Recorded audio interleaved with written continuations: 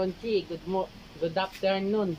Meron ako share sa inyo kasi na-obserba ko lagi ako nagpapalit ng pump belt.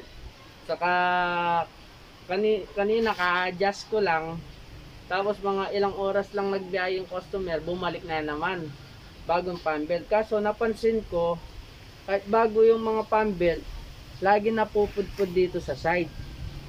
Ngayon nakita ko yung mga pulley ng kanyang Land Cruiser, kasi ito guys, pinapintura na stock.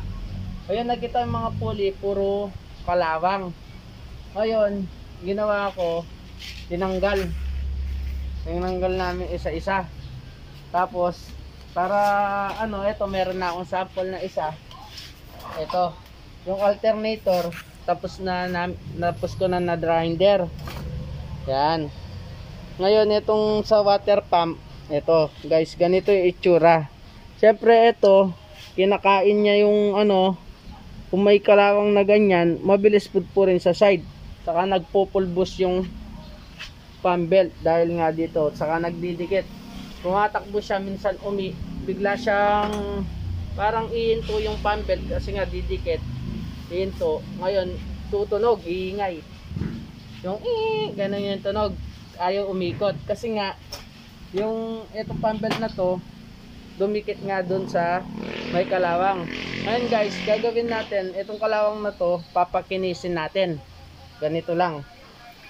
Start na natin kung paano ko ginawa sa alternator.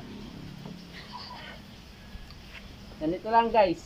Yung bala nyo, yung parang sandpaper, ewan ko lang anong size to, basta sabihin nyo lang parang liya, yung magaspang ay mapino, no?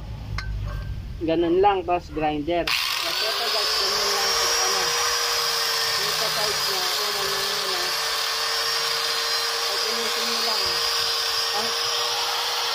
Ang galing nyo lang yung alam nyo to guys, hindi niliya kung ganyan, yung mismong parang gatla, yung meron siyang edge, yan yung nakakabilis magpudpud ng pump belt.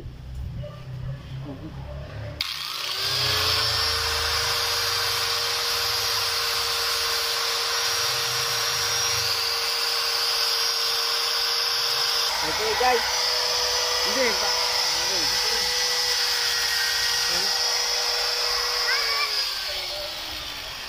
okay guys, eto tapos na siya. Kita nyo guys, makinis na siya ulit. Ganito lang guys, para hindi mabilis mag-ubos ng pump belt, saka hindi siya laging ina-adjust. Kasi ito, kapag makinis na ganito, smooth na rin siyang umikot kasi nga walang sabagal. Kumbaga sa nag-i-slide na siyang mabuti. Tingnan mo guys, ito may pinaglumahan pa ng yung pump belt na nasunog dahil dun sa ito naman guys, kasi nga may aircon dito, na natin gagrinderin. Hindi naman siya mahirap i-grinderin kasi nasa taas naman yung compressor. Ito guys, yung tips na itong binigay namin para makatipid. Kasi kung mekaniko nyo papabili niya lahat ng pulley nyo, medyo may kamahalan, saka hindi mo alam kung saan mo hanapin.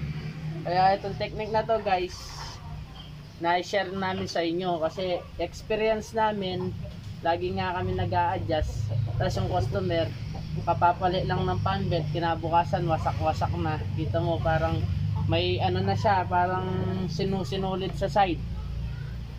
Kaya nung tinignan namin, nagka-idea kami na pakinisin. Kaya ito, na-vlog namin. Okay guys, gagrinderin na namin tong yung sa aircon compressor.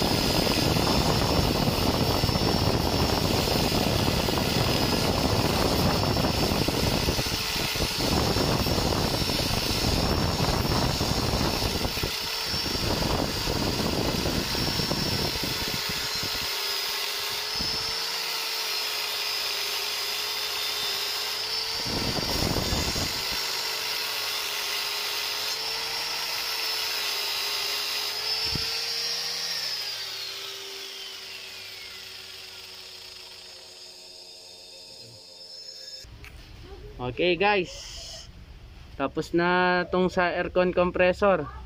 Yan, kita nyo, yan na lang grinder para hindi, wala nang subingaw na rayon.